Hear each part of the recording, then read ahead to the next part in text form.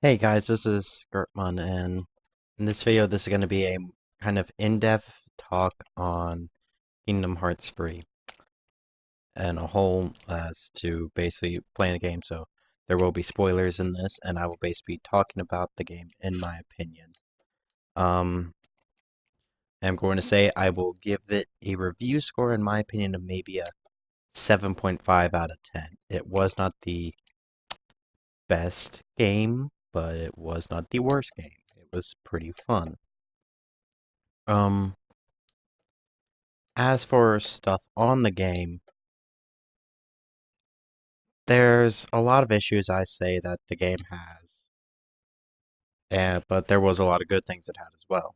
So I'm gonna try and get a bit with the good things, then talk about some of the bad. So let's start with some of the good things.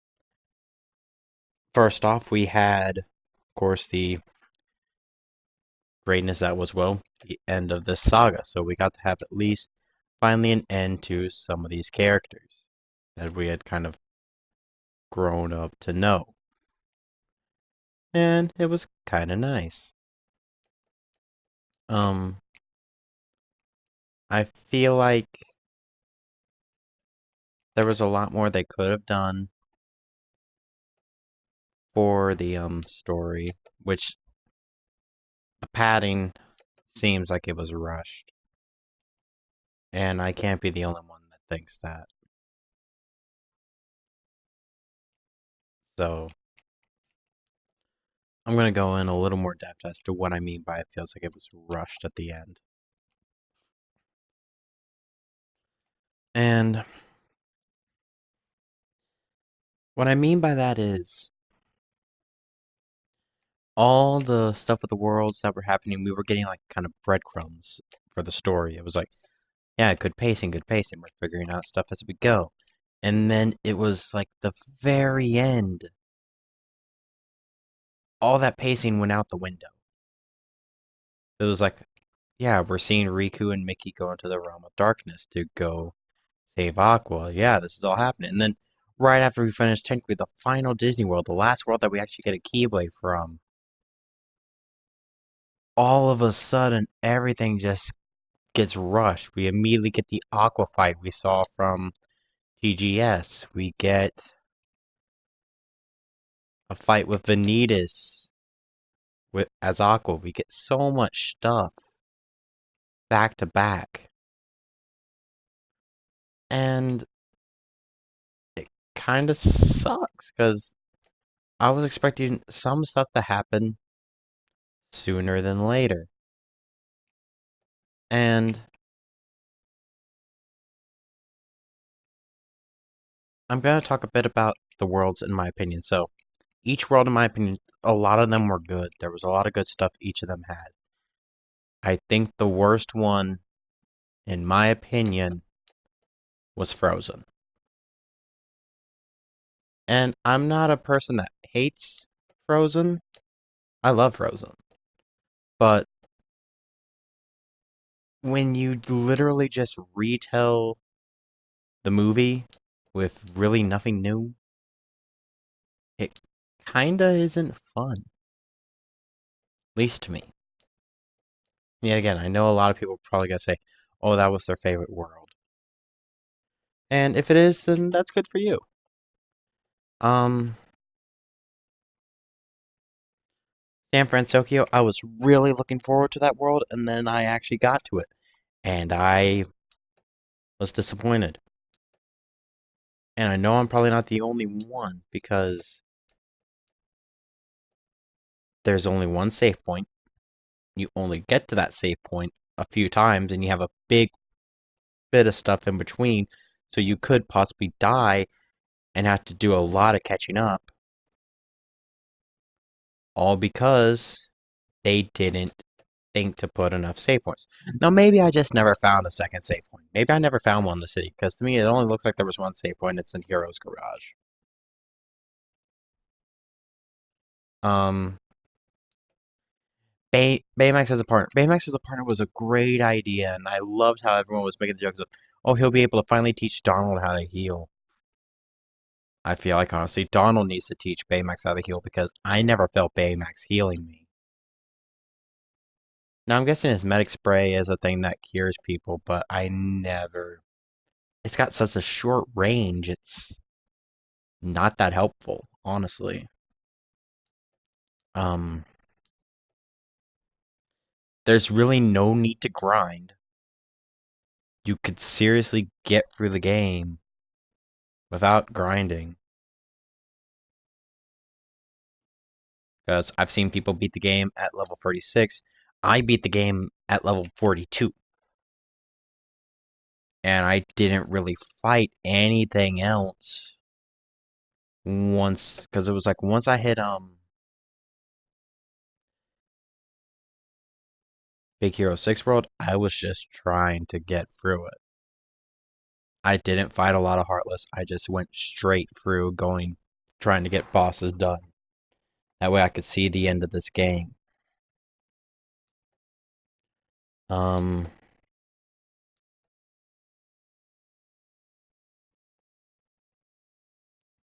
we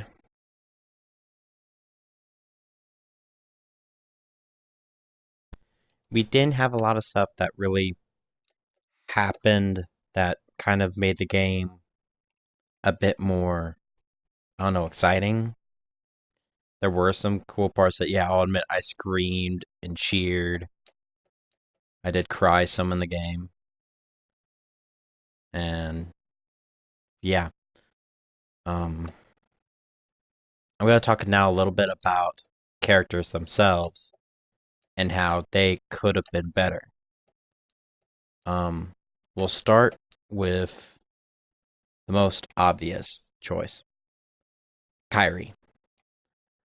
They had been hyping up Kyrie so much, showing that, oh, she'd finally be able to fight. And I know a lot of people were really hoping to be able to play as Kyrie. I would have loved that. It would have been really cool to be able to play as Kyrie either during the final fight stuff or something, but no. No playing as Kyrie. And she gets thrown back into being the damsel of distress again. And that sucks. It really does. Because I was really hoping to see her be strong and powerful, but Zemnis just shows up, grabs her by the arm, and then poof, she's done.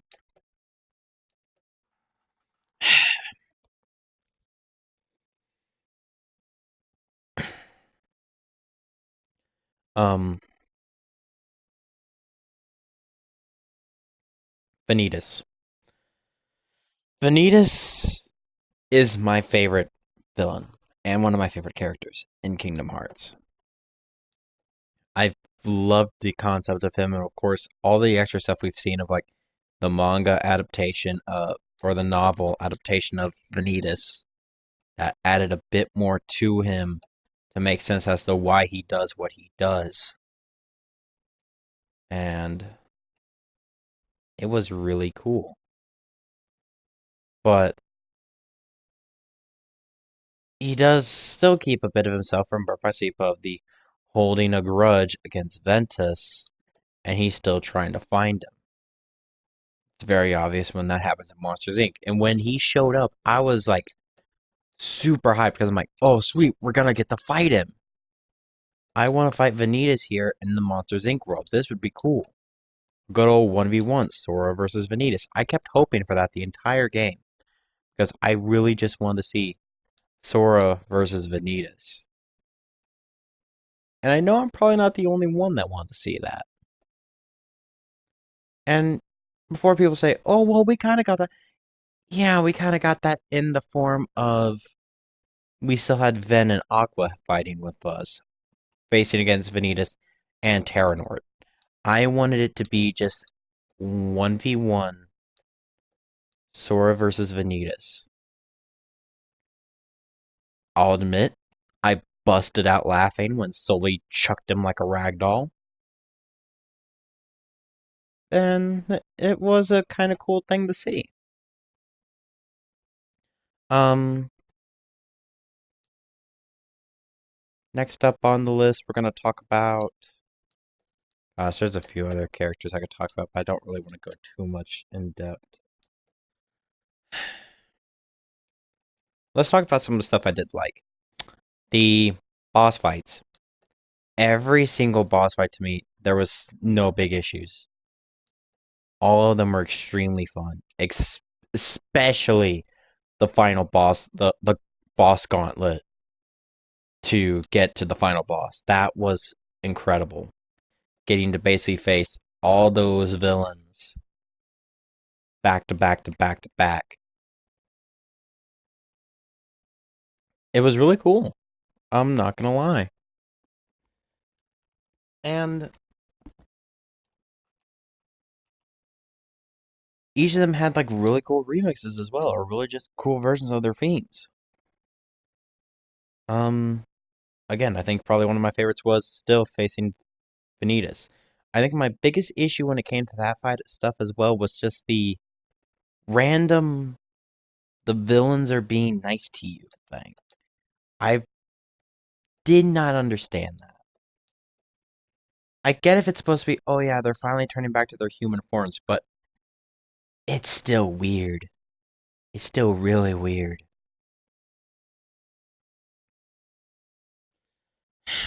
Um, oh gosh, I've got to mention this. Scala ad Kylum. When they introduced Scala, and I heard a lot of people saying, oh, we'd be able to do stuff in Scala. I was expecting, oh, this would be like a big final world, like post-game thing we could explore. No. It's literally just the final showdown place. You really can't explore it. It makes for a cool fight scene when you verse all of Xehanort's other selves in their armor. I think I got confused the most by it because you end up having to chase them through the city. You fight them for a bit, and then all of a sudden they just vanished. You have to keep running from place to place to place to place to place to actually continue to hurt them. And then eventually you finally get to verse Armored Xehanort. Which that was a kind of fun fight, I guess. I still don't know how to feel on that one.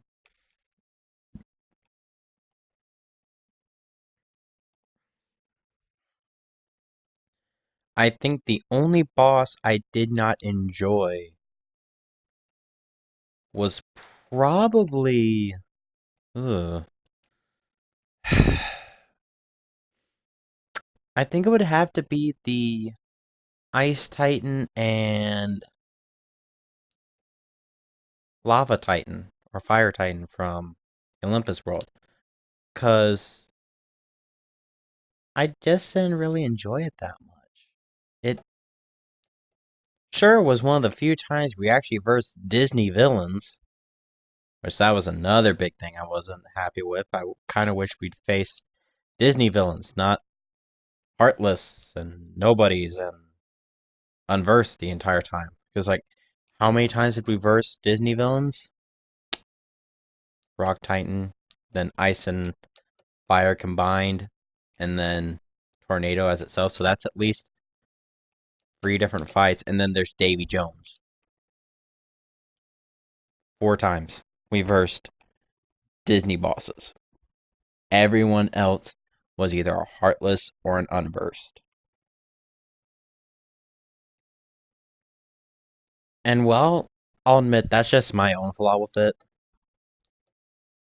I was hoping that because it's like once Olympus was ending, I was like, oh come on, we gotta fight Hades. We always fight Hades, and we didn't fight Hades. Yeah.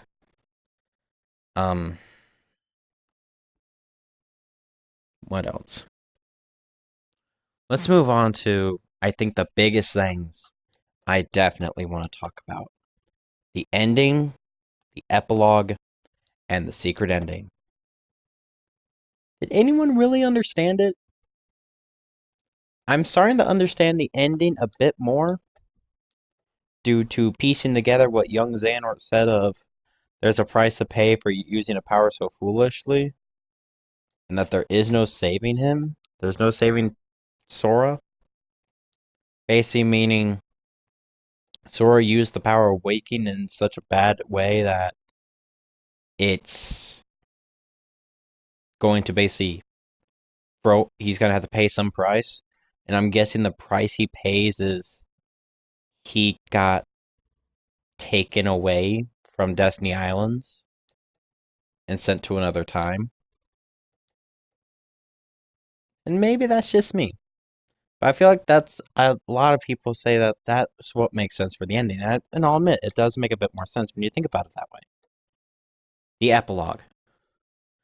Oh god, the epilogue. Uh, I'll admit, I was not expecting Braig to be Lushu. And I was not expecting the foretellers to be back. But there were still so many questions unanswered. The box finally showed up. We still don't know what's in the box. We don't know why they're after it. But now we have more unanswered questions. Where's Ava? Because Lushu even says, looks like Ava's not here. Did she die? But I've heard a lot of people have the theory of she died because she actually fulfilled her role. Because her role was just to make the dandelions. And if that's the case, I'll accept that. But then we see her chess piece on the board when Ericus shows the, I think it's 6 or 7 versus 1. Or at least all we know is the foretellers versus, or at least the foretellers and the Master of Masters versus Sora. And that was in the epilogue. The secret ending didn't come out until a bit later. On the 31st, I believe. Or on the 2nd, I'm not sure. But I had enough to get the secret ending, so I did see the secret ending too. And the secret ending being titled Yozora. And I was so confused. Because Sora's apparently in Shibuya, which, please, if you're gonna have him in Shibuya, if this is a hint towards KH4, please let us be in Shibuya and let us see the Chwobi cast. I was really hoping to see them in KH3, and then when I was told they weren't going to show up, I was a bit upset about it. But then Riku is apparently in Shinjuku, which is where Virum Rex is, because you see Yozora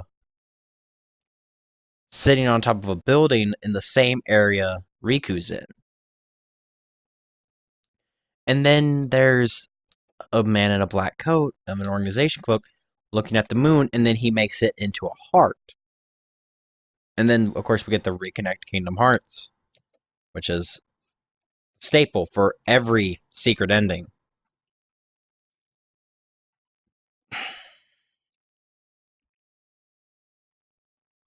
And I just don't know. That secret ending made me just feel even more confused. Because I was hoping for the secret ending to be Sora at least showing where he is, maybe hearing him talk, being like, or at least seeing him trying to find a way back. Not he's in Shibuya and now Riku's in Shinjuku, which I'm hoping I'm saying that right. Right? If I'm not, I'm sorry. I can't really say Japanese city names well. I'm pretty sure I'm saying Shibuya right though, but Shinjuku I'm probably saying wrong. But I don't know. I really didn't know how to feel because when the game actually ended, I sat there and I did not know how to feel. And then the epilogue happened, and I still didn't know how to feel. And then the secret ending happened, and then I was just confused. All in all, this game, while we've waited so long for it, it feels like it was rushed at the end. But the only thing that to me gives it a saving grace, possibly, is Nomura stating there was not enough to put on the disc. And all that makes me hope for is a Final Mix DLC, which Nomura has said he wants to make a DLC similar to a Final Mix, but not make a Final Mix. And I'm not entirely sure what he means by that. Like, if he makes a DLC that's similar to a Final Mix, you might as well just then have it that on the title screen when you start up the game, just call it Kingdom Hearts Free Final Mix. Though a lot of people said apparently Nomura has said the same thing about making a Kingdom Hearts 2 Final Mix. He wasn't going to, and then he did. So there could be a good chance he might make a Kingdom Hearts Free Final Mix. But in my opinion, if he does, there's a few things I would love. One, a Coliseum of some type. Because there was no Coliseum. Because that's been a staple. Kingdom Hearts 1, you had, of course, the Olympus Coliseum. In Kingdom Hearts 2, you had the Underdome, or Underworld's version of the Coliseum, with the Paradox Cups and all the other cups that were there. And they were really fun and cool. Sure, you can level grind there like you could in Kingdom Hearts 1, but still. Second, a Final Fantasy character. I don't care who, someone needs to make an appearance, because Nomura even stated very early on, he was excited to show people what he was going to do for the Final Fantasy characters. Did he mean nothing? Because that's what we got. The only thing we had was Cloud got mentioned. And that was it. I was really hoping to see somebody. And I know I'm probably not the only one that's singing this, but wouldn't it have been cool to see Noctis? And I understand that Verum Rex was basically supposed to be Nomura showing what Versus 13 could have been. Because it's very obvious that all the characters look like they're Versus 13. Look like they're from Versus 13. The character even does the knocked pose that we've seen for all of Versus 13 stuff very early on. And maybe that's what Yozora's meant to be. He's meant to be knocked. But I was really hoping to at least see somebody. Maybe our staple Cloud and Sephiroth. I can't be the only one that was hoping for a Sephiroth secret boss. Because who doesn't want to face Sephiroth again? I love facing Sephiroth because he is a challenge. He gives you a reason like, okay, yeah, you have a reason to grind or to get more powerful. Because guess what? It's Sephiroth. It's a challenge. Instead, we got some weird Heartless called the Dark Inferno. Which I haven't even fought yet, but I've seen people's videos on it. It's like, is he that hard? Is he hard? Because he really doesn't look it. He really doesn't. And again, that's probably just me. I won't be surprised if that's just me.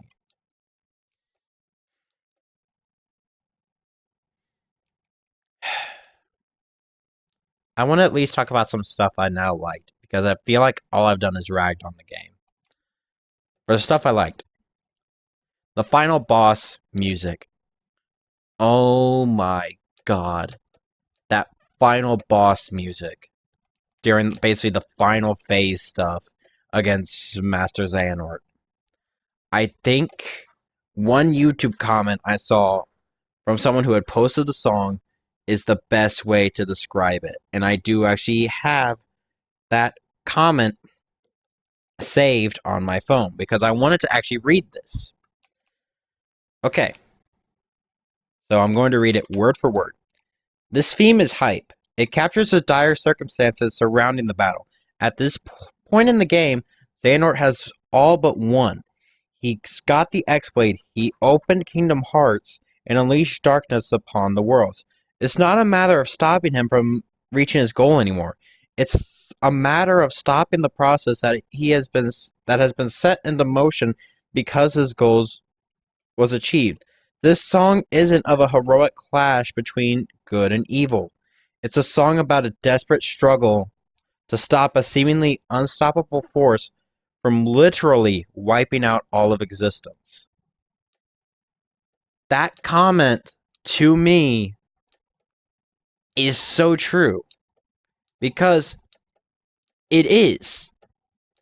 That theme captures the thing of this is a desperate final chance to stop Xehanort from basically fully destroying the worlds, because he's already opened Kingdom Hearts and he got sent into the past, and he still has the X-Blade, meaning he can immediately open up Kingdom Hearts in that world too. Meaning he's planning to destroy the worlds from even the very beginning in Scala. Excuse me.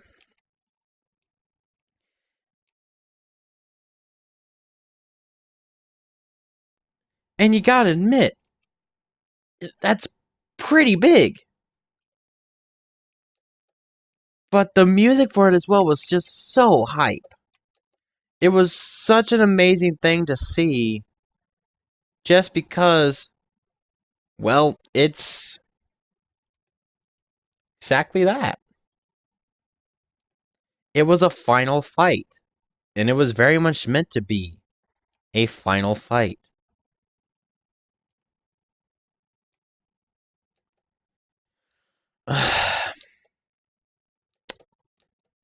The Keyblades. All the Keyblades they made for this game looked amazing. Every single one of them. I don't think there's a single Keyblade I hate. Every single one of them to me definitely showed, yes, this definitely captures the world. I do have a favorite, and it was my most used Keyblade through the entire game. Ever After from Tangled, or Kingdom of Corona. And I think the only reason I really liked it was because before you have Leaf Bracer, it already has Leaf Bracer. Meaning, you can now heal without taking damage. Which is awesome. Could they have done some stuff better with it? Yes. Yes, they could have. Also, the idea of the Keyblade Forge, very cool concept. I feel like it could have been a bit better, though, because I like the idea of when you had UX, you leveled up your Keyblade, the Keyblade slowly changed to form. And that's what I was expecting. From what I saw, it just increases its stats and gives it a few more abilities, which, that's fine. But then, it just doesn't feel like, I don't see why we're then upgrading it. I like the idea back in the other games of, you got a Keyblade, guess what? That's the Keyblade you want to use now, because it's much more powerful. Or you can still use your favorite Keyblades. Sure, now you have the idea of, you can power them up in the forge and make them stronger, which is cool. But besides that, I don't know.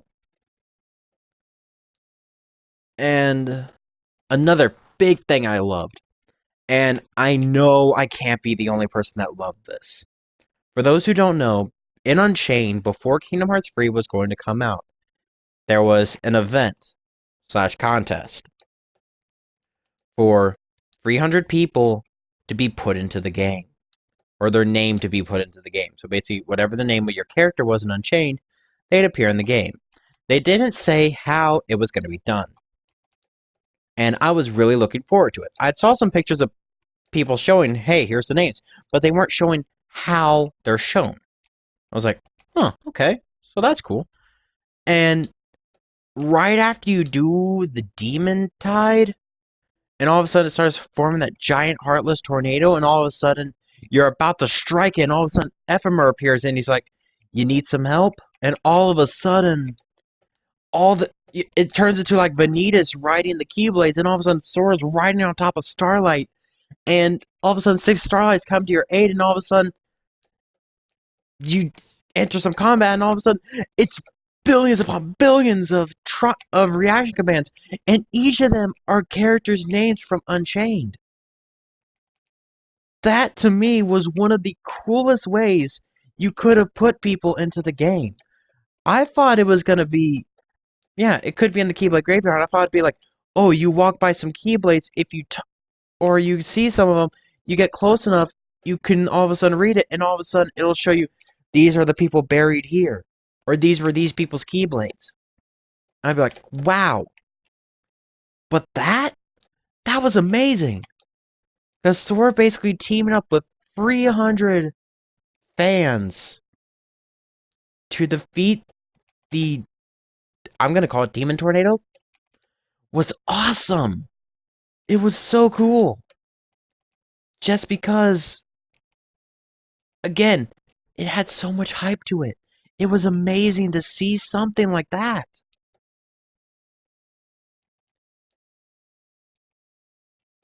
And I'll admit, when it was happening, I was actually kind of cheering, and I was also a person checking to see if their name was in it. I sadly did not make it. If I had, I think I would have screamed and probably had put down the game and not wanted to use the reaction command because I would have loved to have had my character's name there the entire time.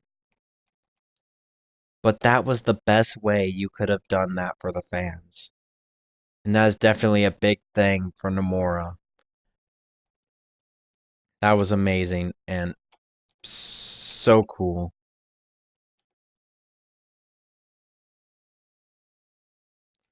So, that was one of my biggest moments I loved of the game. And I hope they do more stuff like that. Because I really want to see some other contest come from Unchained. That's like, hey, if you get people from Unchained's attack skin, hey, have another contest of some people's names will be put into the game. That was one of the best ways you could have done it. And I know some people have shown, hey, my name's in it. And to those people, that's got to be one of the coolest feelings. Being in the game of being in basically the franchise you love. Your OC basically is there. Meaning your character, while they did die, came to Sora's aid when he needed it. And that's just amazing.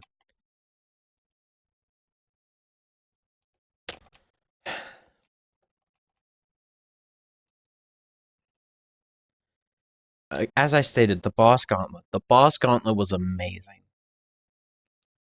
And I still hoped during the boss gauntlet for a 1v1 with Vanitas. And when it came to basically teaming up with Terra and Aqua, while sure they were trying to take care of Terranort, I focused solely on Vanitas because that was the fight I had wanted.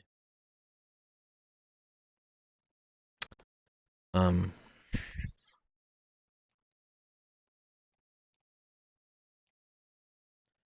Also, the way Roxas came back, I still have some questions as to how the replica just got shot there. But I'm guessing what happens is that the replica gets somehow shot there from Radiant Garden, and when Roxas's heart leaves Sora's, it hits the replica mid-fall, and that's when Roxas showed up. When Roxas appeared, there was so much hype to that. It was really cool. It was really, really cool. Um, again, the, a lot of the stuff with the boss gauntlet stuff was really interesting to see. I did get confused a bit by every time you killed one of them. They all of a sudden seemed to have this like thank you or apologizing the sword, which felt weird.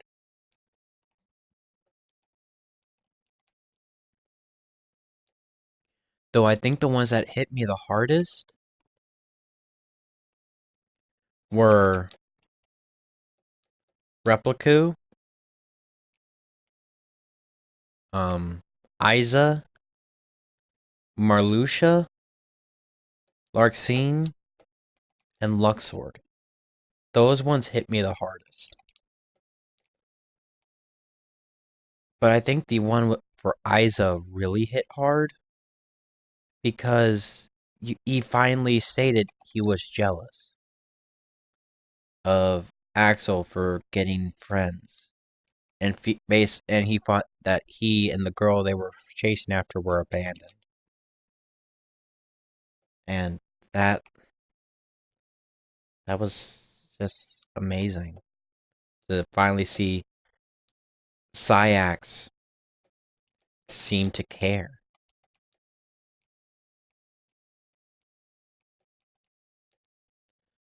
Um,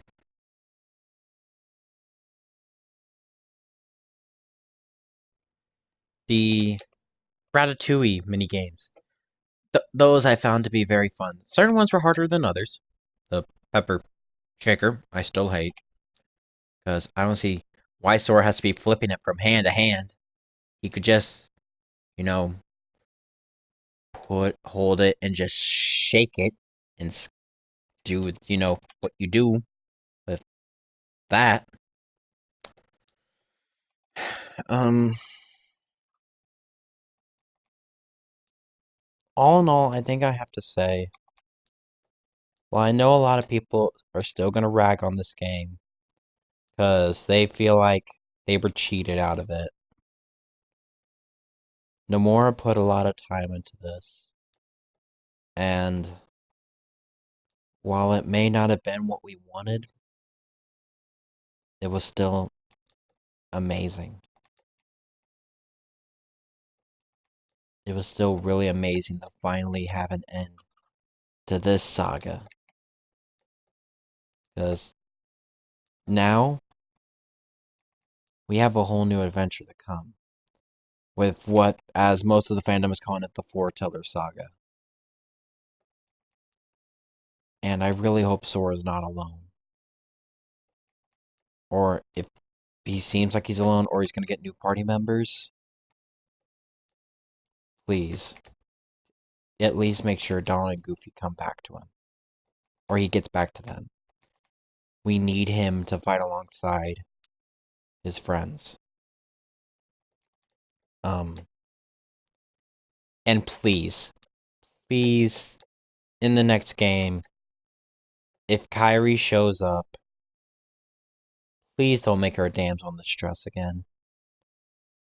Give her a big role. Make her feel like she's meant to be there. Or that she can fight now, because they had hyped it up a lot with this game, like, oh yeah, she can fight, and then they took it away from her, basically. In my opinion. She wasn't what a lot of us were hoping for. And it's a little disappointing, but what can you say? She's really only used the Keyblade to fight, like, twice. That we know of.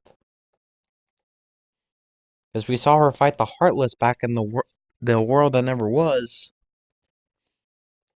And from what we can assume, her and Lee had been training together, meaning her and Lee at least had used their Keyblades against each other to train.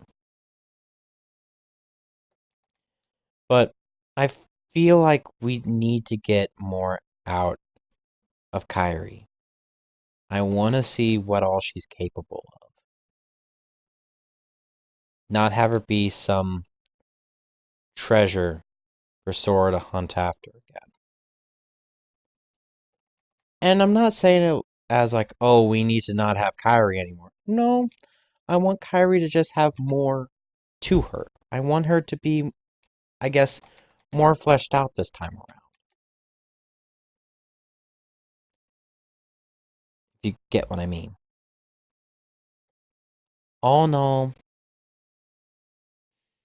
Namora, you made an amazing game. And while I would love to see what other endings you had planned, because apparently you said you wrote a bunch of endings and this is what you chose. What else did you have? I want to know. If there's ever a day I get the chance to meet Namora, that would be the one question I'd ask him is, you said in the art book for your foreword that the ending was something you kept changing. What were your other ideas for the ending?